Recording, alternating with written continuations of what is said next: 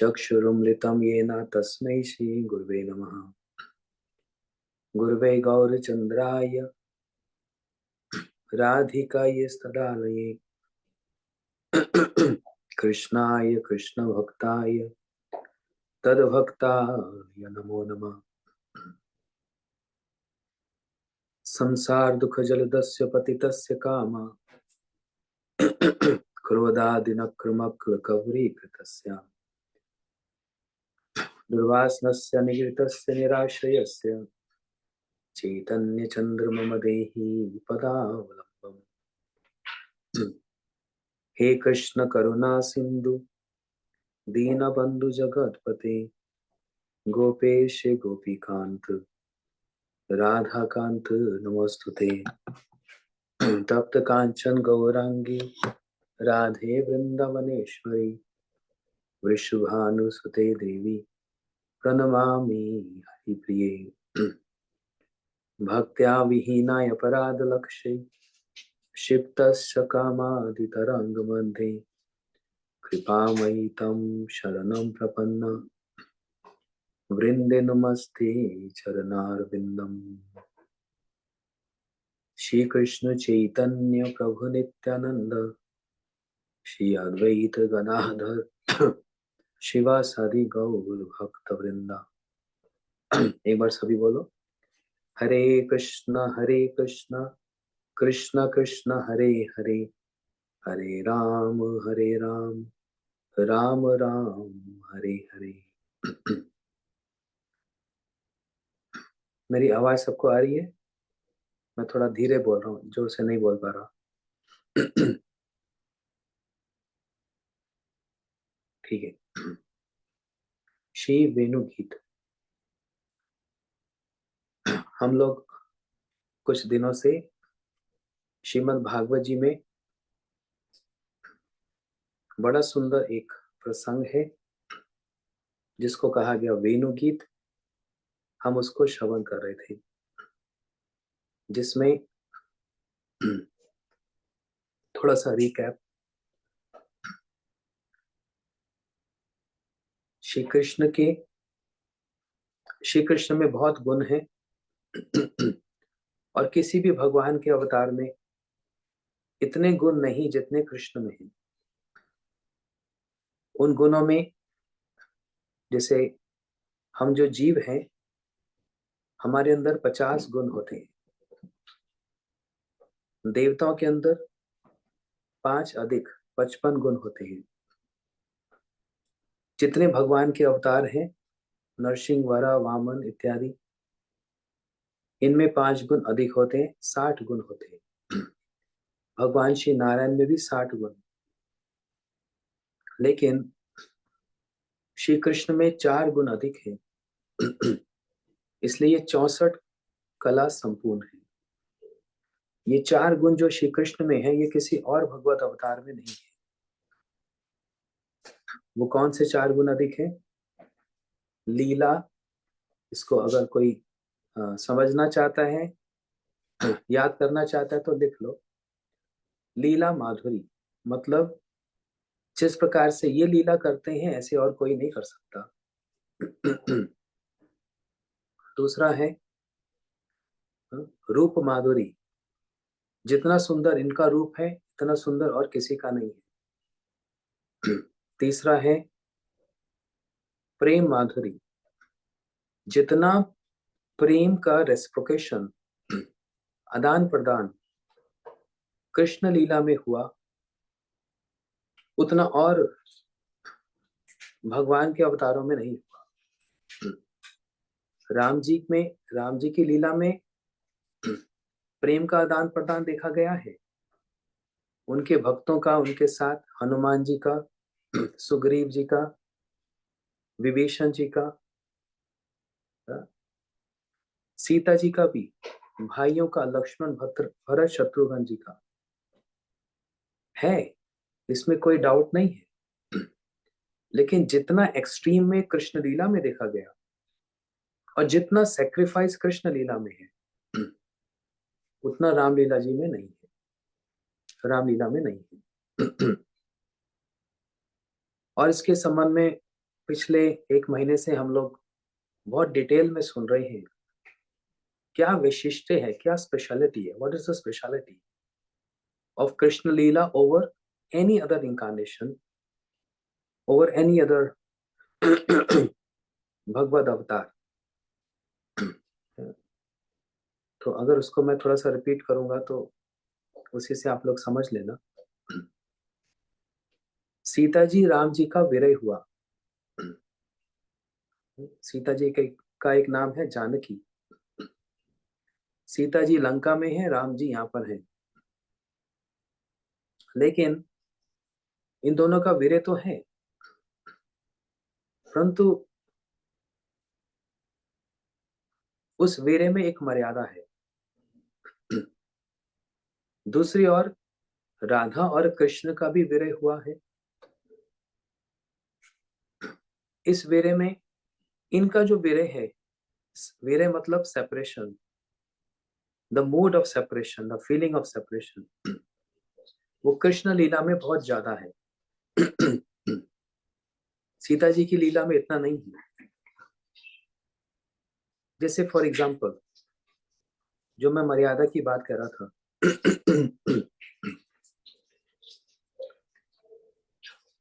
यदि सीता जी के चरणों में कांटा लग जाता है तो कौन उस कांटे को निकाल सकता है? लक्ष्मण जी सीता जी के चरण छू नहीं सकते, मर्यादा है ना, देवर है। और राम जी को चरण छूने नहीं देंगी क्योंकि पत्नी है, मर्यादा है। इसलिए यहाँ पर जो प्रेम है वो एक मर्यादा के बैरियर्स में है। लेकिन कृष्ण लीला में किसी प्रकार का कोई बैरियर ही नहीं है। वहां पर राधा जी अपने चरणों को ऐसे आगे कर देती है, लो यदि आपको मेरे चरण दबाने तो दबा लो। तो कोई कह सकता है हाँ राधा जी ने ऐसे कैसे कर दिया, ये तो करना ठीक नहीं है, या तो मर्यादा में कुछ हानि हानि है।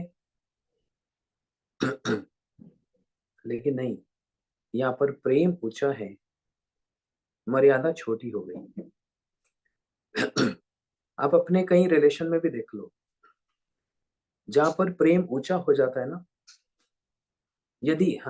यदि तराजू में प्रेम और मर्यादा को रखा जाए, तो मैं बार बार इस कथा में बोलता हूँ और इसके लिए बहुत सारे एग्जाम्पल्स हैं कहने के लिए, लेकिन अभी वो हमारा सब्जेक्ट नहीं है।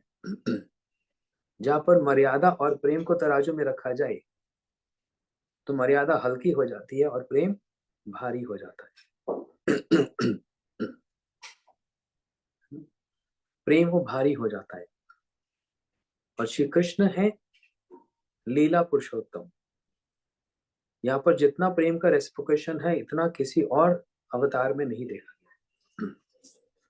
खैर अभी इसमें मैं डिटेल में अगर गया तो इसी में 1 घंटा लग जाएगा। हम लोग आगे बढ़ते हैं। कल तक हम लोगों ने सुना था अनुरक्तम कटाक्ष मोक्षम, यदि आप लोगों को याद हो। कृष्ण इतने सुंदर रूप से अपने अनुरक्त जन, जो उनमें एब्जॉर्ब्ड है, जिनका उनमें अथाह प्रेम है, उनके प्रति कटाक्ष मतलब प्रेम की दृष्टि डालते हैं, जिससे क्या होता है, हर कोई अपनी लोक लज्जा को, अपने धर्म को, अपने धैर्य को सब खो बैठता है। और इतना लंबा चौड़ा एग्जाम्पल क्या, मीरा जी का एग्जाम्पल हमारे सामने है। लोक लज्जा की चिंता की नहीं, अपने पत्नी धर्म की चिंता की नहीं, अपने धैर्य की चिंता की नहीं, और कृष्ण प्रेम में बस मतवाली होकर मेरे गिरधर गोपाल आर दूसरों ना कोई। किसी को मेरा कह देना ये इतना सस्ता, इतना आसान नहीं है। मीरा जी अपने पति के साथ रहती है, लेकिन कृष्ण को मेरो गिरधर गोपाल, ये मेरे हैं, उसमें अपना अधिकार जमाकर इस बात को कहा जाता है मेरे गिरधर मेरे कृष्ण हैं। तो जहां पर ये अधिकार जमाया जाए कि मेरे हैं, मतलब all rights, I poses all rights on you. तो जब प्रेम का पराकाष्ठा, मतलब प्रेम जब एक्सट्रीम पर पहुंच जाता है, वहां पर ये वाली फीलिंग फिर आती है। वहां पर फिर और कोई बैरियर्स नहीं रह जाता, फिर वहां पर कोई और मर्यादा नहीं रह जाती, फिर ये वाली फील अपने आप आती है। ये प्रैक्टिस करने वाली बात नहीं है। हाँ, मैं रोज 1 घंटा प्रैक्टिस करूंगा, कृष्ण मेरे हो गए। ये प्रैक्टिस करने की बात नहीं है, ये स्पॉन्टेनियस है, ये स्वाभाविक है। अपने आप ही ये भावना, ये फीलिंग्स अपने आप आती है।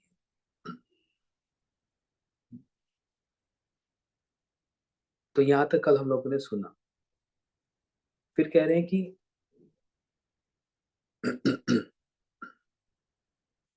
हाँ, यदि भगवान, यदि कृष्ण किसी पर अपने प्रेम की कटाक्ष, प्रेम का एक दृष्टि डालते हैं ना, तो उसकी लोक लज्जा, उसका धर्म, उसका शील, उसका धैर्य आदि ये बंधन नहीं रह सकता।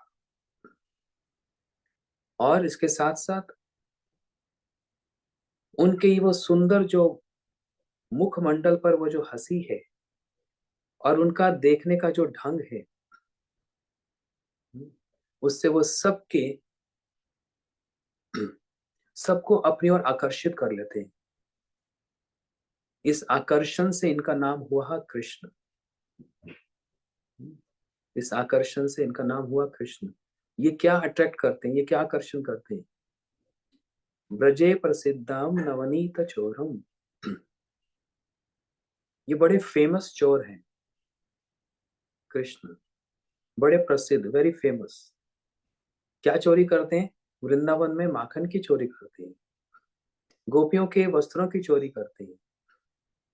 तो ये तो उन लोगों के लिए जो ऑलरेडी मां भगवान के साथ है। हमारी आपकी गिनती कहाँ आती है? हमारी क्या चोरी करते हैं? अनेक जन्म चित पाप चोरम, चोर अग्रगण्यम पुरुषम नमामि।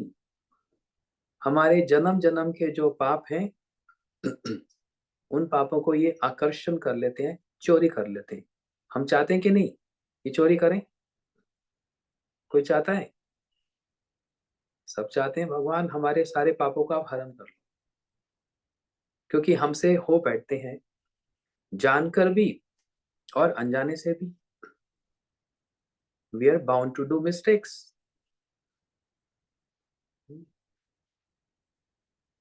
कभी जानकर भी होता है, कभी अनजाने में भी हो जाता है। मिस्टेक्स हो जाती है। और यदि हो गई, फिर क्या करें? तो निराश हो जाए, डिप्रेस हो जाए, कि अब तो लाइफ में कुछ नहीं बचा, मेरा तो जीवन खत्म हो गया। रोज ऐसे दिन होता है, ऐसे रात हो जाती है। कहाँ दिन बीत जाता है, हफ्ते बीत बीत गए, महीने बीत गए, साल बीत गए, और बीते जा रहे हैं। क्या उसी को लेकर बैठकर रोते रहेंगे हम लोग? ये जीवन रोने के लिए नहीं है। और हमारे गुरुजी बात बोलते थे, अगर रोकर हमारा दुख कम हो जाता है ना, सॉरी, अगर रोकर जो भी परेशानी है, डिफिकल्टी है, वो अगर दूर हो जाए तो रोज 3-4 घंटे तो रो सकते हैं। लेकिन हमारे रोने से वो परेशानी दूर नहीं होगी, वो रहेगी रहेगी। क्यों? I am bound to follow that, I am bound. मैं हेल्पलेस हूं। हेल्पलेस सिचुएशन समझते हैं?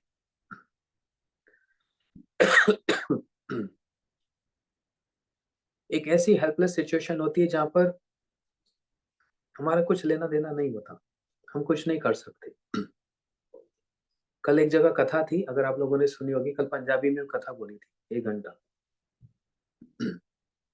जिसको पंजाबी समझ आती है वो देख सकते हैं, बड़ा अच्छा लगता है। अपनी मदर टंग में जो प्रैक्टिस भी नहीं है लेकिन अटेम्प्ट किया तो ठीक हुआ, कॉन्फिडेंस हो गया।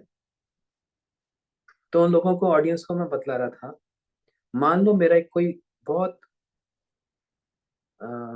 क्लोज कोई फ्रेंड आईसीयू में है और डॉक्टर्स को ट्रीट कर रहे हैं, ऑपरेशन कर रहे हैं, इमरजेंसी में है। क्या मैं कुछ कर सकता हूँ उसके लिए? डॉक्टर को ये बोल सकता हूँ जितना पैसा लगेगा ले लो, घर भी बेचना पड़ेगा तो बेच दूंगा, लेकिन वो पैसे से क्या उसका ट्रीटमेंट हो सकता है? नहीं हो सकता। तो वहां पर डॉक्टर भी हेल्पलेस हो जाता है। मैं इस सब्जेक्ट पे बोल रहा था कि हेल्पलेस क्या होता है, और मैंने एक प्रैक्टिकल एग्जांपल दिया। एक हमारे गुरु भाई हैं, हिज न्यूरो सर्जन, पहले पंजाब में थे, अभी मथुरा में है। वो न्यूरो सर्जन है, रोज एक ब्रेन की सर्जरी करते हैं, पूरी लाइफ किया, उनको इतनी आदत हो गई है। और जब मैं उनके घर में कथा करने गया तो मेरे को बोले थे एक दिन भी सर्जरी नहीं आती तो हाथ एकदम चंचल हो जाता है, रेस्टलेस, क्यों सर्जरी नहीं आ रही? He is like into so much that surgery. वो मतलब ही लव्स हिज प्रोफेशन। तो वो मेरे को बतला रहे थे। अब वो देखो, इतने बड़े डॉक्टर हैं, वेरी फेमस, पॉपुलर, लेकिन वो रोज माला पर भगवान का नाम करते हैं। उनको कोई फर्क नहीं पड़ता और डॉक्टर क्या बोलेंगे क्या नहीं बोलेंगे, क्यों फर्क पड़ेगा? I am what I am, ये मेरा आउटलुक है। मैं किसी को देखकर अपनी लाइफ को क्यों बदलूं? बल्कि कोई मुझको देखकर अपनी लाइफ बदल ले तो बहुत अच्छा है। हाँ, ये चैलेंज होते हैं स्कूल कॉलेज में।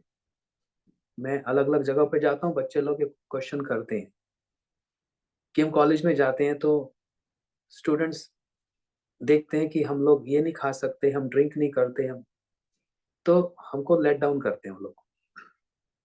मैंने बोला इसमें क्या बात है? क्यों फील करते हो कि तुम इंफीरियर हो? यू शुड बी प्राउड कि you are superior than anybody else. मैंने अपना एग्जांपल दिया। स्कूल कॉलेज में जब थे तो बहुत से लोग बोलते थे क्या पंडित बन गया, क्या ये माला करता है, ये तो जब बूढ़े होंगे तब करेंगे, अभी हम लोग जवान हैं, ऐसे ऐसे बहुत सी बातें। लेकिन कभी भी किसी की बात से हम इम्प्रेस नहीं हुए, बल्कि अपना आउटलुक ऐसा है कि हम दूसरों को इम्प्रेस कर सकते हैं।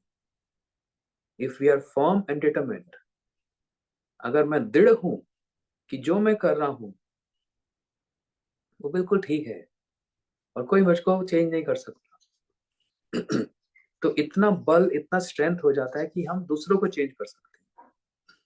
और ऐसा हुआ, कितने लोगों को हमने चेंज किया। तो इसी प्रकार से डॉक्टर होते हुए भी रोज माला करते हैं। और मेरे को स्वयं बतला रहे थे कि पूरा सिर को काट कर जब सर्जरी कर रहे हैं ब्रेन की, तो इतनी टेंडर वो नर्व्स जो होती है, इतनी सॉफ्ट, एक भी इधर उधर से कुछ हो गया ना, बाय मिस्टेक भी अगर हो गया तो पूरा लाइफ गई। और उस डॉक्टर के हाथ में लाइफ देने के लिए है, लेने के लिए नहीं है, है ना? तो मेरे को बतला रहे थे, मेरे साथ बैठकर हम लोग प्रसाद डिनर ले रहे थे। वो मैंने कहा कि ऐसा कभी मिरेकल देखा आपने? आप तो पूरा ब्रेन पूरा फाड़ देते हो, हाँ, और उसको सर्जरी करते हो। बोलते मैंने अपनी लाइफ में बहुत बार मिरेकल देखा। एक नर्व की हम मेडिटेट करते हैं, चिंता करते हैं, ये नर्व चल पड़े इस पेशेंट की, क्योंकि एक ममता, एक पॉजिटिवनेस हो जाता है, ये मेरा पेशेंट है। और ये जब तक नर्व नहीं चलेगी तब तक हम कुछ नहीं कर सकते, वी आर हेल्पलेस। बोलते मैं उस समय भगवान से प्रार्थना करता हूँ, हे भगवान, ये मेरे पास आया, मैं इसका इलाज कर रहा हूँ, मैं इसकी सर्जरी कर रहा हूँ, आप प्लीज इसकी नर्व्स को चला दो। तो बोलते मैंने इम्पॉसिबल केसेस देखे हैं, ये उनके मुंह से निकली हुई बात है। इम्पॉसिबल केस जहां पर अब उम्मीद ही नहीं बची, ये सारी बात क्यों सुना रहा हूं?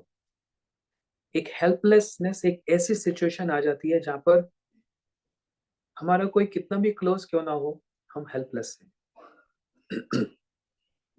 तो वो डॉक्टर बोल रहे हैं कि जब मैं आंख बंद करके भगवान से प्रार्थना करता हूँ और महामंत्र बोलता हूँ, हरे कृष्णा कृष्णा कृष्णा हरे हरे, हरे राम राम राम, तो मैं जब दिल से हृदय से भगवान से प्रार्थना करता हूँ, तो सब समय नहीं, लेकिन कुछ एक एग्जाम्पल से मैंने देखा मिरेकल हुआ, उसकी नर्व चलने लग जाती है। जैसे वो नर्व चलती है तो हमको एक और डायरेक्शन मिल जाती है, नाउ वी कैन ऑपरेट, और उसको नया जीवन मिल जाता है ना। ऐसे ही हमारे जीवन में बहुत सारी सिचुएशंस आती हैं जहां पर हम हेल्पलेस हो जाते हैं। लेकिन उस सिचुएशन में फिर हेल्प चाहिए कि नहीं चाहिए, ये क्वेश्चन उठता है। जहां पर सारे द्वार बंद हो जाएं, मैं कल की कथा को ही मेडिटेट करते हुए बोल रहा हूं। जहां पर सारे द्वार बंद हो जाएं, एक खुला रहता है हमेशा। कौन सा द्वार खुला होता है? यदि भगवान को मानते हैं तो भगवान का द्वार सब समय खुला है, सब समय। आप बोलो नहीं, मैं मंदिर में जाती हूँ, मंदिर में जाता हूँ तो देखता हूँ दरवाजे बंद हैं, दर्शन तो होते नहीं।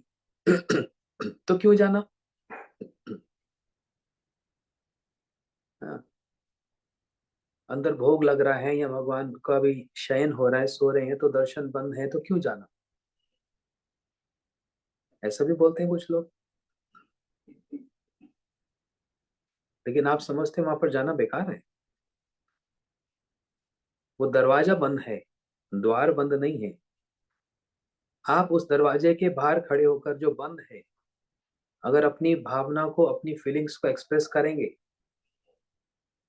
हाँ, उनका अंदर द्वार खुला पड़ा है। कौन सा द्वार? ये वाला, हृदय का द्वार खुला पड़ा है। आप बाहर खड़े होकर प्रार्थना करो, भले दर्शन नहीं हो रहा, यू गेटिंग एक्नॉलेज्ड। आपकी भावना अंदर पहुंच रही है, आपकी प्रार्थना अंदर पहुंच रही है, उसको कोई रोक नहीं सकता, वो कोई बैरियर नहीं है वहां पर। इसलिए हम सोचते हैं हम डिप्रेस्ड हैं, हम हेल्पलेस हैं, तो हेल्प मांगो। पहली बात तो ये फीलिंग होना कि मैं हेल्पलेस हूँ, डिप्रेशन हूँ, ये भी अपने आप में, अपने आप को पहचान, एक अपनी आपकी पहचान है। तो फिर हेल्प मांगो। नहीं, मैंने तो अपने फ्रेंड से बहुत हेल्प मांगी, काउंसलिंग के लिए भी गया,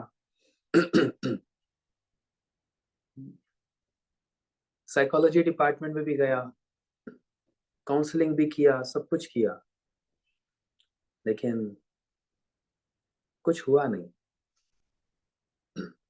लेकिन हेल्प अच्छी डायरेक्शन में भी तो मांगनी पड़ेगी। जहां मैंने बोला कि सारे द्वार बंद हो जाए तो एक द्वार खुला है, और वो सब समय खुला रहता है। जिसको हम माने या ना माने, जिससे हम प्रेम करें या ना करें, वो भगवान का द्वार हमेशा ही खुला है। है ना? रोते तो सब हैं, कोई किसी के लिए, कोई किसी के लिए, कोई किसी कारण से, कोई किसी कारण से। लेकिन बड़प्पन क्या है? बड़ा रोना क्या है? जो बड़ी चीज के लिए रोया जाता है वो बड़ा होता है ना। मेरा 500 रुपए खो गए, मैं बहुत दुख में हूं, मैं रो रहा हूं। और कोई कहे मेरा 50 लाख रुपया खो गया, उसको बड़ा दुख हुआ ना। कोई कहे मेरा 1 मिलियन लॉस हो गया, तो उसका दुख बड़ा होगा ना।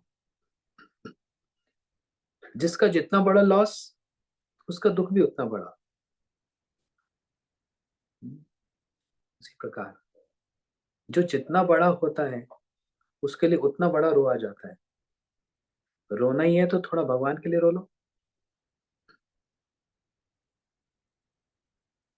तो आप कहेंगे कि आप तो रोने की बात बोल रहे हो, हम चाह रहे हैं हम थोड़ा हंस लें।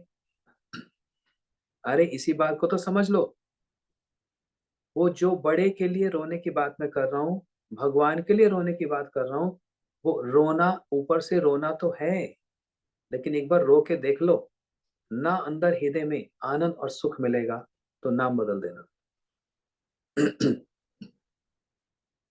वो ऊपर से रोना जरूर होगा अगर वो भगवान के लिए है, और उनके सामने रो अगर रोना ही है तो,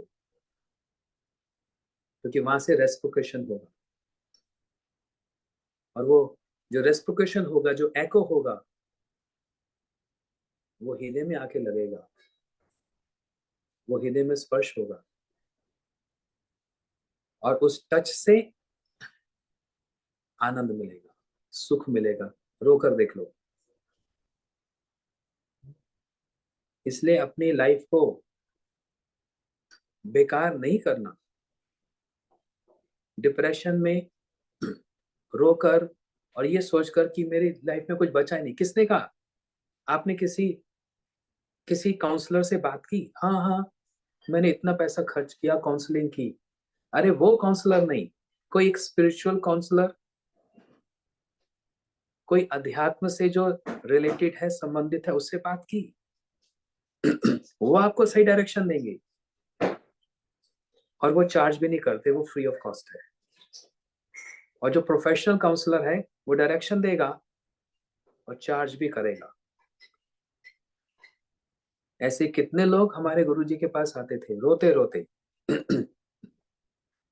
तो उस व्यक्ति को थोड़ा सा एक कंधा दे दिया जाता है रोने के लिए, और उसको सही डायरेक्शन यदि मिल जाए, बस एक डायरेक्शन की तो बात होती है, बाकी सब तो सबको पता है, सब समझदार होते हैं, ड्राइविंग सब जानते हैं, बस एक डायरेक्शन, एक गाइड, एक गाइड की जरूरत होती है जो एक डायरेक्शन दे दे। और जैसी गाड़ी वहां डायरेक्ट की तो लगा बम्प नहीं है, सब सही चल रहा है। यही डायरेक्शन है कथा सुनने की। जो बड़े बड़े घावों को भी, बड़े बड़े घावों को भी जो ठीक कर देता है, कि भगवान की कथा, इससे बढ़कर और कोई काउंसलिंग नहीं है। इससे बढ़कर और कोई काउंसलिंग नहीं है, क्योंकि हम जो भी बात कर रहे हैं, सुन रहे हैं, उसका इंटेंट या उसका जो सब्जेक्ट मैटर है वो भगवान है, कोई ह्यूमन बीइंग नहीं है, कोई मनुष्य नहीं है। ठीक है? और हम तो ये कथा का आस्वाद कर रहे हैं। कितनी सुंदर कथा, वेणु गीत। भगवान का एक जो हाथ में वेणु धारण कर रखा है, उसी पर ही इतना डिटेल स्टडी है, इतना डिटेल। हम लोग 1 महीने से सुन रहे हैं लगभग। अभी तक 2 श्लोक ही समाप्त नहीं हुए। तो कल हम लोगों ने सुना जहां पर कृष्ण अपने अनुरक्त जन, अनुरक्त मतलब जो उनमें एब्जॉर्ब्ड है, उनके ऊपर जब अपना प्रेम कटाक्ष डालते हैं, तो उनकी लोक लज्जा जो पकड़ रखी है कि मैं नहीं छोड़ सकता लज्जा को, मैं धैर्य धैर्य को नहीं छोड़ सकता, मैं अपने धर्म को नहीं छोड़ सकता, वो छोड़ने के लिए बाध्य हो जाता है, विवश हो जाता है, हेल्पलेस हो जाता है। और उसको छोड़कर सुख को ही प्राप्त करता है। दूसरी ओर क्या होता है, अब ये आगे की बात सुनो। केवल कृष्ण ही अपने अनुरक्त जनों के लिए कटाक्ष किया करते हैं ऐसा नहीं है। उनके जो अनुरक्त जन मतलब समझ रहे हो, जिसको हिंदी समझ नहीं आ रही ठीक से, अनुरक्त जन मतलब जो भगवान में पूरी तरह से एकदम एब्जॉर्ब्ड है, लीन है, जो उनके एसोसिएट्स हैं, जो उनके परिकर हैं, जो उनके भक्त हैं। तो यहाँ पर साइमल्टेनियसली दोनों तरफ से रेस्प्रोकेशन है। ऐसा नहीं कि कृष्ण ही कटाक्ष करते हैं और उनकी लज्जा को, धैर्य को कृष्ण हरण कर लेते हैं, आकर्षण कर लेते हैं, और व्यक्ति पागल की तरह कृष्ण कृष्ण करता है। एग्जैक्टली पागल नहीं, लेकिन बोलते हैं ना कि उसमें पागल हो गया। तो बोलते हैं बस कृष्ण ही ऐसा नहीं करते, उनके जो अनुरक्त जन है, जो उनके भक्त हैं, वो भी कृष्ण पर कटाक्ष करते हैं। तो श्लोक में जो श्लोक याद कर चुके हैं बच्चे हमारे, अनुरक्त कटाक्ष मोक्षम, यहीं पर श्लोक का एंडिंग होता है ना, अनुरक्त कटाक्ष मोक्षम, ये श्लोक याद कर लेना जिसको करना हो तो। तो उसका मतलब ये भी है कि कृष्ण भक्त, उनके जो अनुरक्त हैं, जो उनमें एब्जॉर्ब हैं, जो उनके परिकर हैं, जो उनसे प्रेम करते हैं, वो भी कृष्ण के प्रति कटाक्षपात किए बिना रह नहीं सकते। कृष्ण भी उन पर कटाक्ष करते हैं, वो भी उनको कटाक्ष करते हैं। कटाक्ष समझते हैं? कटाक्ष मतलब इंग्लिश में side long glance, a very merciful compassionate glance, a very loving glance. देखना तो सब करते हैं, लेकिन कभी किसी के प्रति एक ग्लांस होता है, एक कटाक्ष किया जाता है। और कृष्ण इसमें बड़े एक्सपर्ट हैं। और कृष्ण भी एक्सपर्ट नहीं, उनके भक्त भी उनमें बड़े एक्सपर्ट हैं। एक तो यशोदा मैया का कटाक्ष। अच्छा, कल की एक परसों की गुरुदेव की एक कथा, आप लोग शायद सुने कि नहीं सुने, मैं अभी ग्रुप में डाल दूंगा, इस प्रोग्राम के बाद आप लोग सुनना। गुरुजी एक फीवर की बात बोल रहे हैं। बोलते हैं वृंदावन में जो कृष्ण के भक्त हैं, उनमें फीवर हो गया, बुखार आ गया। और कितने मजे की बात है, कल मेरे को भी फीवर था और कथा भी फीवर की आ गई, गुरुजी की। हाँ, कल मेरे को भी फीवर, और जो कथा थी परसों वो भी फीवर वाली है। बोलते हैं क्या, वृंदावन में जो भक्त हैं उनको फीवर होता है। भक्त है मतलब आप लोग अब सीख चुके हो, 4 प्रकार के भक्त है ना। कौन से बताए मैंने? दास्य, सखे, वात्सल्य और मधुर। कृष्ण के कुछ दास हैं, कुछ उनके फ्रेंड्स हैं, सखा हैं, और उनके माता पिता यशोदा मैया, नंद बाबा, और फोर्थ सबसे टॉप मोस्ट गोपियां, और उसमें राधा जी। तो गुरु जी बिल्कुल बैरोमीटर बतला रहे हैं, थर्मामीटर होता है ना, तो मर्क्यूरी लेवल कहते हैं सबसे कम बुखार है जो दास्य वाले हैं, उनका बुखार जाता है, फीवर जाता है 99। अच्छा, नॉर्मल क्या होता है? 98.4, राइट। हमारे इंडिया में तो यही होता है, आप लोगों का पता नहीं और क्या होता है। 98.4 नॉर्मल, और इससे ऊपर 99 जाए तो मतलब फेवरिश होना शुरू हो गया। तो जो दास्य हैं, जो दास हैं कृष्ण के, गुरुजी बतला रहे हैं उनका फीवर 99 तक होता है, इससे ऊपर नहीं। जो सखा है उनका फीवर जाता है 101 तक। 101 भी बहुत हो जाता है ना, उसमें भी रेस्टलेसनेस हो जाती है ना। उससे ऊपर है यशोदा मैया, नंद बाबा का, वो कितना गया? शायद 103। फीवर बढ़ रहा है मतलब सेपरेशन उतना ज्यादा फील हो रहा है।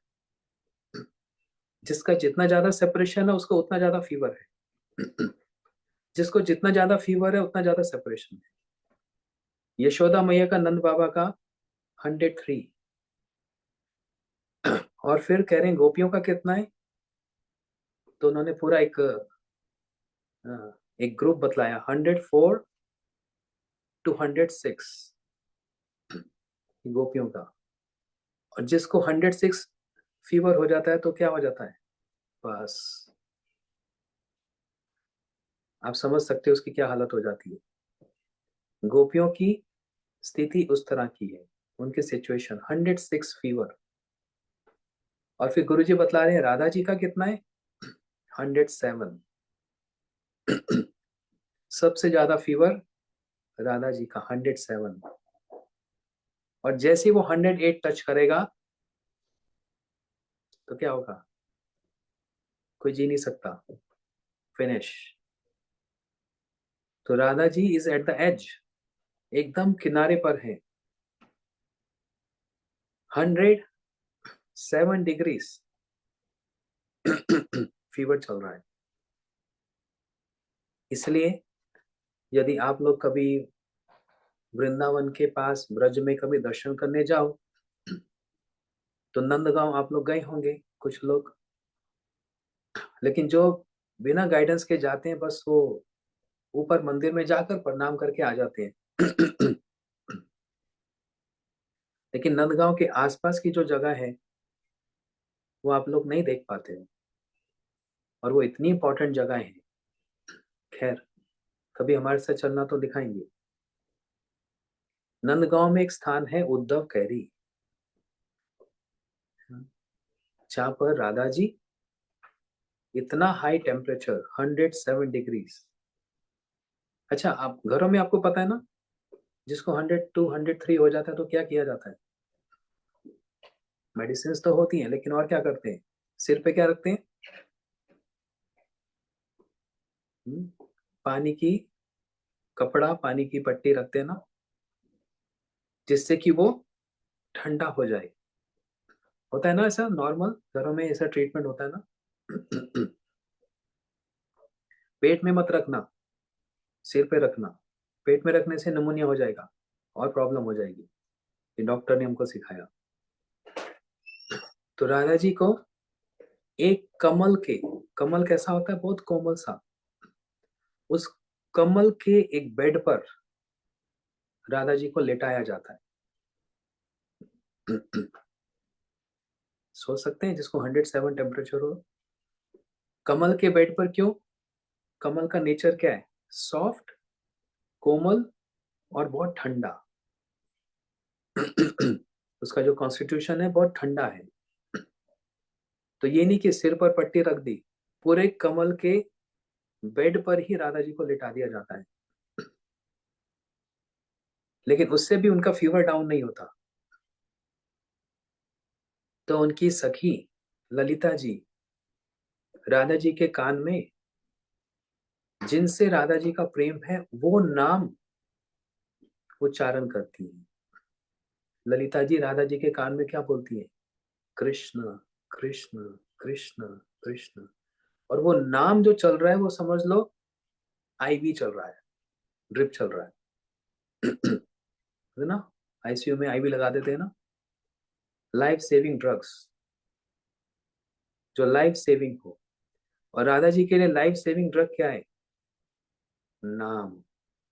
के वाशुनाई बे श्याम नाम। सॉन्ग बुक में देखना, ये वाला भजन है। से के वाशुनाई बे राधा कृष्ण श्याम नाम। वो भजन पढ़ लेंगे अगर सॉन्ग बुक में, तो ये जो मैं प्रसंग बोल रहा हूँ, जो एपिसोड बता रहा हूँ, उसको पूरा रिलेट करेंगे। कि कैसे वो जो नाम राधा जी के कान में जा रहा है, कृष्ण कृष्ण नाम जो कान में जा रहा है, वो ही उनके वही उनको बचा रहा है।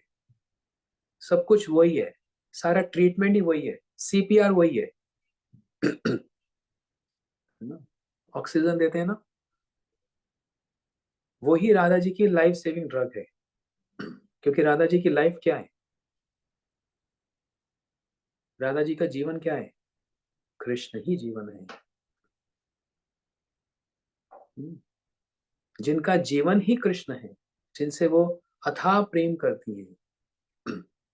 मतलब प्रेम से बढ़कर भी कोई शब्द हो तो वो लगाना चाहिए, कहीं वो प्रेम शब्द छोटा ना पड़ जाए। उनके रग रग में कृष्ण है, उनके रोम रोम में कृष्ण है, उनके हृदय में, उनके मस्तक में बस कृष्ण ही कृष्ण है। दिन रात एक ही चिंतन है ना, एक ही चिंतन है। इसलिए उनकी लाइफ सेविंग ड्रग क्या है? कृष्ण नाम। क्योंकि उनकी लाइफ ही क्या है? कृष्ण ही उनकी लाइफ है। और उनके कान में जब ये बोला जा रहा है तो फीवर तो कम नहीं हो रहा, लेकिन प्राण जरूर बच रहे हैं। 108 तक नहीं पहुंच पा रहा। 107 पे ही वो स्टेगनेंट हो गया। कितनी सुंदर व्याख्या बताई वहां पर, गुरुजी बतला रहे हैं हमारे। तो वो 108 तक नहीं पहुंच रहा, उसको कृष्ण नाम ही उनको बचा रहा है। इसको बोलते हैं सेपरेशन, विरह, जहां पर ये लगता है कि अब उनके बिना रहा नहीं जा सकता, उनके बिना प्राण निकल जाएंगे हमारे। कहा तो ये इतनी सुंदर सुंदर बातें, और कहा हम डिप्रेशन में पड़े हैं, या प्रॉब्लम्स में पड़े हैं, या हम दिन रात कुछ और सोच रहे हैं। हम्म, इसलिए बोल रहा हूं, ये कथा भी लाइफ सेविंग ड्रग है। एक बार इसको जिसका चस्का लग गया, मतलब इसको स्वाद आ गया, वो सुने बिना, उसको स्मरण करे बिना रह नहीं सकता, उसको पढ़े बिना रह नहीं सकता। और मानो ना मानो, यही हमारी लाइफ सेविंग है, लाइफ सेविंग। इसलिए इसको नित्यम भागवतम सेवया, इसको रोज सुनो, और जब सुनो तो इस पर थोड़ा चिंतन करो। देखो आपका ध्यान ऐसा डाइवर्जन होगा, ऐसा डाइवर्ट होगा। एक बड़ी चीज मिल गई ना, तो छोटी चीज के लिए कोई रोता नहीं है फिर। रोना है तो बड़ी चीज के लिए रो, फिर छोटे के लिए क्यों रोना, है ना। इसलिए हम प्रतीक्षा करते हैं, इंतजार करते हैं, हम वेट करते हैं। इस वेट में, इस प्रतीक्षा में भी अपना एक स्वाद है ना, इसमें भी अपना एक स्वाद है, इसको भी relish किया जाता है। प्रतीक्षा में, वेटिंग में, किसकी? भगवान आपकी कृपा कब होगी, और मेरा आपसे वो प्रेम कौन से जन्म में होगा जिसके संबंध में मैं सुन रहा हूं। मैं उस प्रतीक्षा में हूं। हे भगवान, मैं आपकी प्रतीक्षा में हूं। आई एम हेल्पलेस, आप मेरी सहायता करो, आप मेरी मदद करो, मेरी हेल्प करो। इस प्रकार से भगवान का नाम करते हुए और उनकी कथा सुनते हुए हम प्रार्थना करेंगे। इसलिए अनुरक्त जन भी, भगवान के भक्त भी, वे भी कृष्ण के प्रति कटाक्ष करते हैं, वो रह नहीं सकते। तो दोनों तरफ से शूटिंग चल रही है। एक तरफ से कृष्ण अपने भक्तों पर, और दूसरी ओर उनके भक्त भी, भक्त का मतलब यहाँ पर मैं परिकर बतला रहा हूं, वे भी कृष्ण के प्रति कटाक्ष करे बिना रह नहीं सकते। इसलिए बताया अनुरक्तम कटाक्ष मोक्षया। इसलिए एक सखी दूसरे से कह रही है, सखी तुम अभी लज्जा संकोच वश कृष्ण के समीप जाने में संकोच कर रही हो, किंतु कुछ दूर अग्रसर होने पर उनकी भ्रू भंगिमा ही तुम्हारे लोक लज्जा धैर्य आदि को दूर कर अपने निकट आकर्षण कर उनके अधरामृत का बलपूर्वक पान करा देगी। अब जो हम लोग सुन रहे थे इतने दिन से, सखियां एक साथ बैठकर एक दूसरे से बातें कर रही हैं, तो कह रही हैं, सखी अब तुम ये लज्जा छोड़ दो।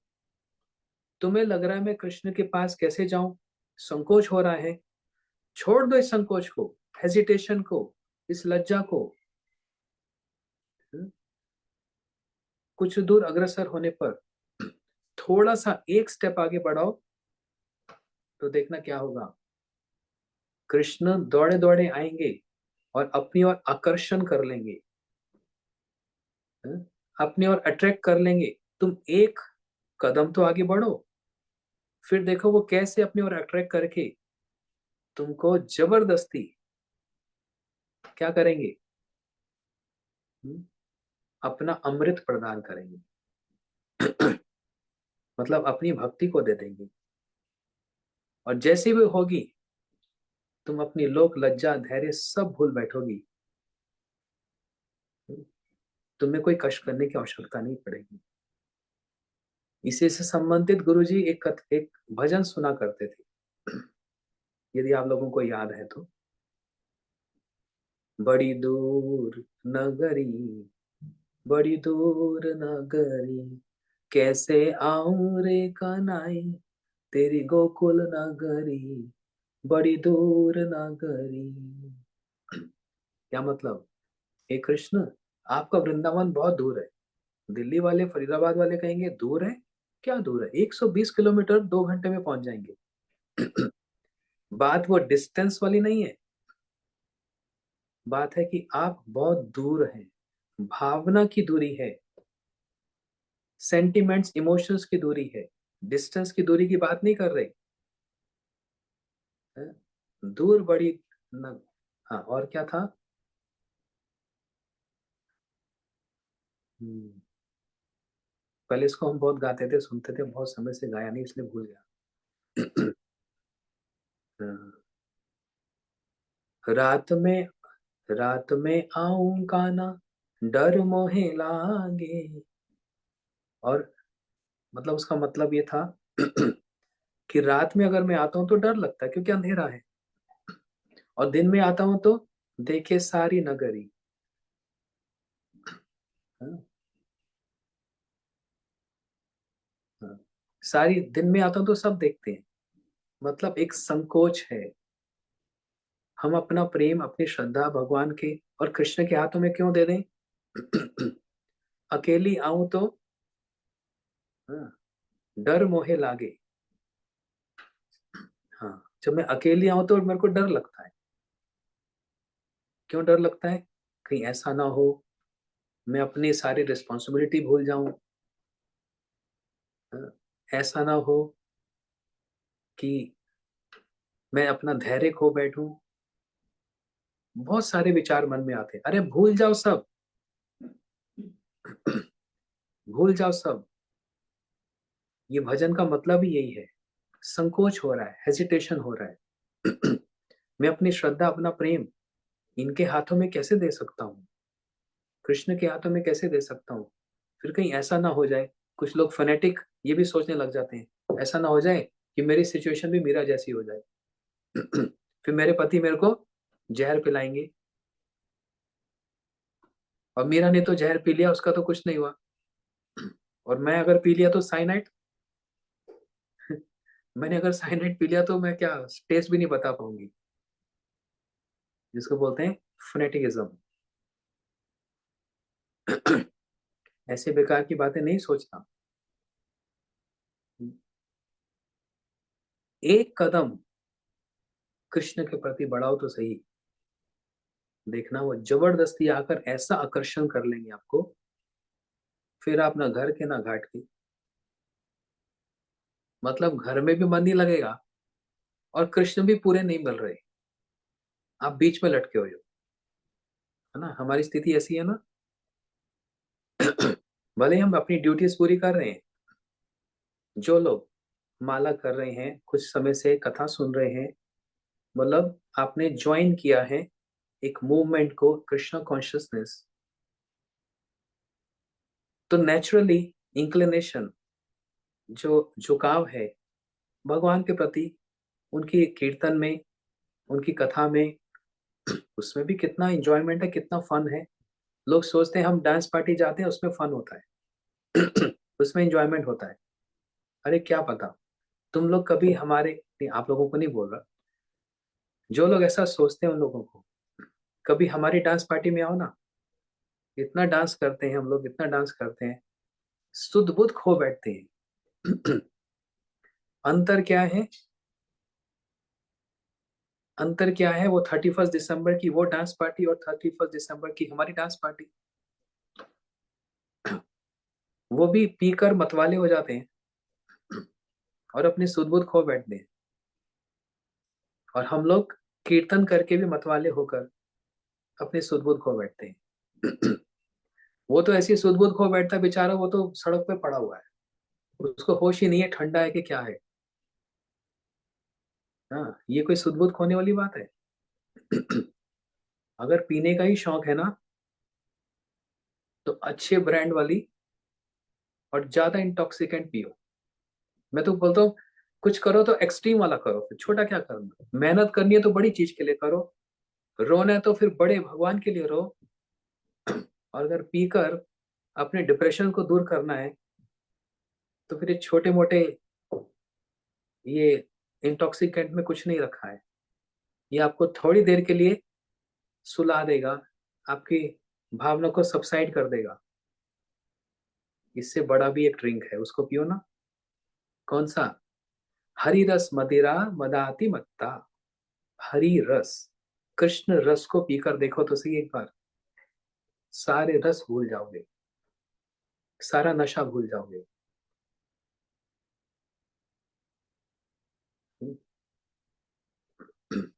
वो तो बेचारा नशा करके ऐसा पड़ा रहता, मैं तो देखा। जर्मनी में था, ये हमारे जर्मन भक्त लोग हैं सुन रहे हैं, स्टुटगार्ट में था। जहाँ हमारा सेंटर था, प्रोग्राम था, पास में कार्निवल फेस्टिवल था। एक सर्दियों में होता है, एक गर्मियों में होता है। हे भगवान, इतनी सर्दी पड़ रही है, माइनस समथिंग, -6, इतनी ठंड पड़ रही है। और भक्त लोग मैंने बोला ये शोर कहाँ से आ रहा है, कथा में डिस्टर्बेंस हो रही है। बोलते पास में कार्निवल चल रहा है। बोलते चलोगे देखने? मैंने कहा मैं तो कभी देखा नहीं। ले गया दिखाने, पूरे ग्रुप था हमारे साथ डिवोटीज का। मैं तो देख के हैरान, पड़ा हुआ है सड़क पर और चारों तरफ बोतल सी बोतल्स पड़ी है। पी पी कर क्या हो गया, एकदम नशे में, होश ही नहीं है। पुलिस वाले उठाकर घर छोड़कर आते हैं। ये जर्मनी की बात है, और सब जगह ऐसे ही होता है। लेकिन आप लोग जो हमारे एंटरटेनमेंट में आए हैं, जहाँ पर हम भी कीर्तन करके नाचते हैं, कूदते हैं और खूब आनंद लेते हैं, उसमें भी सुध बुध खो बैठे मतवाले हो जाते हैं। और ये जो जो ये एंटरटेनमेंट है कृष्ण कथा का, कृष्ण कीर्तन का, इसमें सच में डिप्रेशन दूर हो जाता है। इसमें सब, इसमें सच में हम अपने सब कुछ भूल बैठते हैं। ये मेरा एक्सपीरियंस नहीं, सबका एक्सपीरियंस है। और जो वो पीने वाला जो होता है, उसमें क्या होता है, थोड़ी देर के लिए, 10 घंटे के लिए, 12 घंटे के लिए अपने होश हवास खो बैठता है, और जब उठता है तो फिर वही दिमाग में चलता है। मतलब ये परमानेंट सोल्यूशन है।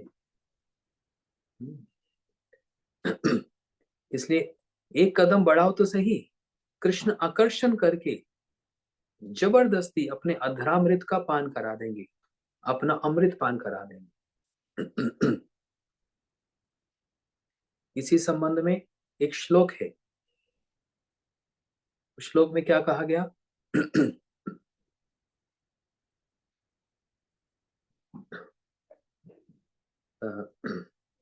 आमा भजे मांगे विषय सुख, अमृत छाड़ा विषय मांगे ए बड़ा मूर्ख। अमी विज्ञा से मूर्ख विषय कहनो दीवो, सचरनामृत दिया विषय भुलाइबो। बंगाली का है। क्या बोल रहे हैं? कृष्ण ये कह रहे हैं, हे मूर्ख, मेरे को भजन करता है और संसार की चीजें मांगता है, अमृत छोड़कर विष मांगता है। अमृत छाड़ा विषय मांगे ए बड़ा मूर्ख। बड़ा मूर्ख है तू, मेरे पास आता है, ये भगवान कह रहे हैं। मेरे पास दर्शन करने आता है और मांगता क्या है? छोटी छोटी पागलों जैसी चीज है। मैं अमृत दे सकता हूं। कौन सा अमृत देंगे भगवान?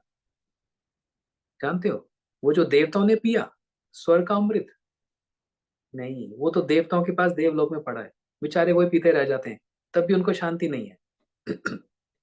उस अमृत की बात नहीं, कृष्ण कौन सा अमृत पिलाएंगे? दो हैं, या तो चरणामृत या फिर अधरामृत।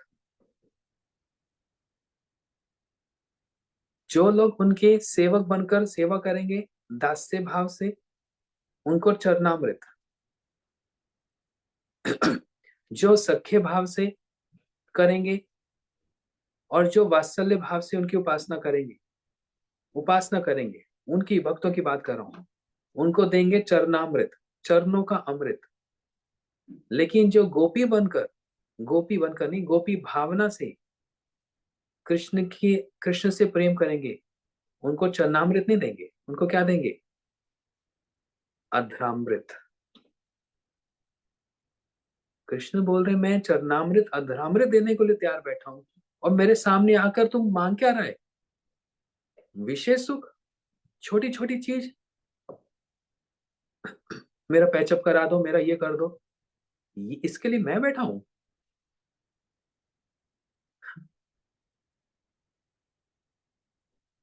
अमृत छाड़ा विषय मांगे, ये बड़ा मूर्ख। तू अमृत छोड़कर मेरे पास विष मांगने आ रहा है, बड़ा मूर्ख है, बड़ा मूर्ख है। इसलिए आमी विज्ञा से मूर्ख विषय कहनो दीबो। तू मूर्ख है, भगवान कह रहे हैं, तू मूर्ख है, लेकिन मैं तो मूर्ख नहीं हूं। मैं तो मूर्ख नहीं हूं, मैं तो विज्ञ हूं, मतलब आई एम वेरी लर्नेड, मैं तो समझदार हूं। तू मूर्ख है तो तू मूर्ख रहे, लेकिन मैं तो लर्नेड हूं, समझदार हूं। सचरणामृत दिया विषय भुलाई वो। और तू मेरे पास आ तो सही एक बार, मैं अपना अमृत पिलाकर तेरे को सारे विष को भुला दूंगा, सारा विष तेरे को भुला दूंगा। तेरी इच्छा ही नहीं होगी, तेरी इच्छा तो फिर यही होगी, बस मैं आपको पालूं, मैं आपको पालूं और पागल हो जाऊं। पागल का मतलब क्या समझते हो आप लोग, जानते हो? आप सोचते हो पागल मतलब जो ऐसे हंसता रहता है, हाँ हाँ हाँ, रोता रहेगा, जमीन पर गिरता रहेगा, वो पागल होता है। हाँ, जो अ लिटल ऑफ जो ऐसी हरकत करता है उसको हम बोलते हैं पागल। लेकिन वास्तव में पागल की डेफिनेशन क्या है? वास्तव में इन रियलिटी, पागल जो भगवान को पाकर गल गया, वो है पागल। गल गया मतलब मेल्ट हो गया, उसी में एब्जॉर्ब्ड हो गया। पाकर किसको? कृष्ण को पाकर जो गल गया, वो है पागल। तो वास्तव में पागल कौन होते हैं? भगवान के भक्त, वो पागल होते हैं। आइडली वो पागल है, पाकर जो गल गए। इसलिए हम भगवान से अपना मुंह मोड़ लेते हैं, और भगवान भी क्या बोलते हैं? कम बैक, कम बैक, आ जाओ वापस। मैं हाथ फैलाकर बैठा हूं, आ जाओ, तुम्हारा प्रतीक्षा कर रहा हूँ, तुम्हारा वेट कर रहा हूँ, आ जाओ। हम सोचते हैं नहीं अभी, थोड़ा सा, थोड़ा सा नखरा कर दें, अभी थोड़ी देर में, थोड़े दिन में, थोड़े महीने में, थोड़े साल में। भगवान ने कहा ठीक है, कुछ भी कहो, मेरी एक स्टेटमेंट है। क्या स्टेटमेंट है? मैं तुम्हारी प्रतीक्षा कर रहा हूँ, I am waiting for you, आ जाओ। जिस दिन आओगे, मेरा द्वार खुला है। जिस दिन आओगे, मेरा हृदय तुम्हारे लिए खुला है। वो एक ऐसा दरवाजा है जो कभी बंद नहीं होता, हमेशा खुला रहता है। हाँ, एक ऐसा इंसिडेंट होता है जब वो दरवाजा बंद हो जाता है, बस एक ही ऐसा होता है जो भगवान कभी टॉलरेट नहीं कर सकते। दिस इज समथिंग, ये एक ऐसी चीज है जो भगवान इनटॉलरेबल है। वो है वैष्णव अपराध, किसी भक्तों की निंदा करना, चुगली करना, किसी भक्तों से जेलसी करना, ये होने से वो दरवाजा बंद हो जाएगा। बस यही एक चीज, वेरी केयरफुल, है ना। और एक ऐसे भी भक्त हैं जो जेलसी होती है लेकिन ओपनली बोल देते हैं उनको जेलसी हुई है ना। मैं उनको रिस्पेक्ट करता हूँ, मैं सम्मान करता हूँ जो ओपनली ये बात को पब्लिकली बोल सकता है। कितना करेज चाहिए, आई वाज सो इम्प्रेस्ड। कितना हिम्मत चाहिए इस बात को बोलने के लिए कि ओ तुम इतना अच्छा गाती हो, तुम इतना अच्छा बोलती हो, इतना अच्छा नृत्य करती हो, मेरे को तुम्हारे से जेलसी हो रही है। क्योंकि ये कोई चीज होती है जो हम कभी बोलते नहीं, अंदर रखते हैं। तो इसी से पता लगता है उस व्यक्ति का हृदय कितना सॉफ्ट है और कितना पवित्र है, कितना प्योर है। ये एक ऐसा स्थान है जहां पर दरवाजा बंद हो जाता है, जहां पर वैष्णव अपराध होता है। बस इससे बचकर रहना, असत्संग में कभी नहीं जाना। जो लोग हमको गलत डायरेक्शन दिखाएंगे उसमें अपराध होंगे, और वो भी भगवान के चरणों में अपराध होता है तो बच जाते हैं, लेकिन भक्तों के चरणों में अपराध होता है तो वो दरवाजा फिर बंद हो जाता है, वो खुलता नहीं। और फिर एक के बाद एक के बाद एक के बाद वो अपराध बढ़ते जाएंगे, बढ़ते जाएंगे, बढ़ते जाएंगे, वो समाप्त नहीं होंगे। लेकिन उसको छोड़कर सब समय भगवान एकदम अपनी भुजा फैलाए बैठे हैं, आ जाओ, मैं तुम्हारी प्रतीक्षा कर रहा हूँ। और क्या बोलते हैं, डेट और कर लो, come back, I am waiting. अच्छा, हरे कृष्णा, गौर प्रेमानंदे, हरि हरि बोल। हरे कृष्णा कृष्णा कृष्णा हरे हरे, हरे राम राम राम हरे हरे।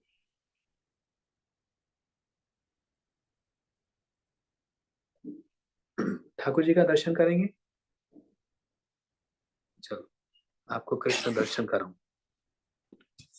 एक सेकेंड।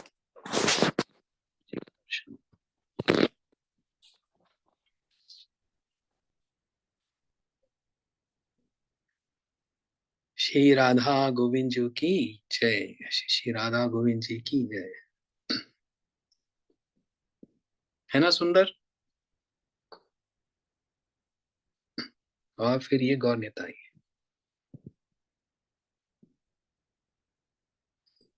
और क्या, और फिर ये गिरिराज जी, फिर ये गोपाल जी, फिर ये राधा गोविंद जी।